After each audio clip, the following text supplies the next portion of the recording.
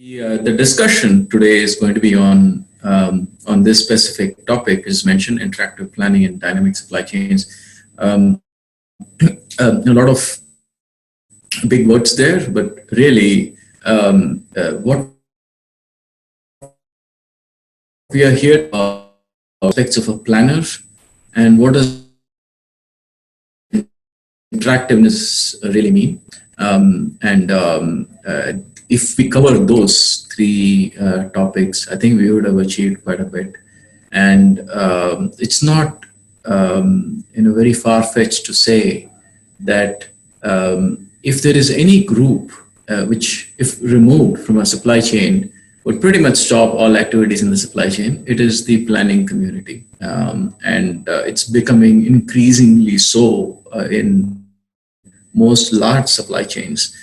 You can remove procurement and somehow things could still happen.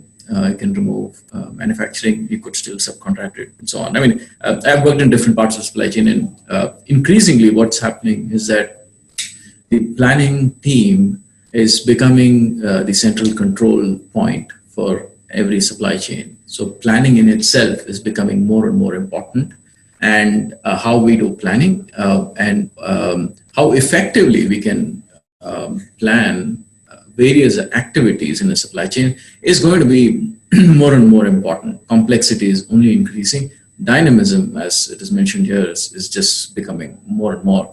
So with all this, given the importance of planning, how do we enable what we are calling interactiveness in planning? What does it actually mean? Why is it important? And what are some of the tools that could be used to enable that is what we're here to talk about. My name is Sesh, like you said, and I'm the co-founder of Seshadri Technologies. I have background in the area of supply chain planning. That's pretty much what I've done in my career. I used to work for a company called I2 Technologies, which is part of JDA now for many years, for close to 11 years. And then I moved to Dell, worked in Dell for 7 years in their supply chain team, mainly in planning on both IT as well as on the business side of things. And then 2 years back, we started Seshadri Technologies to build software products for specifically for planning, scheduling, and optimization. I'm going to talk more about planning and less about software. During the course of the presentation, I will still show screenshots of mock-ups or screenshots from our tool itself. That is only to enforce a point. This is not intended to be a detailed software feature discussion. It is more to discuss what are the effective ways of planning, and why is interactive planning important, and within interactive planning, what are the things that could be done in order to enable it. So that's really the goal of the discussion. I'll quickly jump to some of the timelines.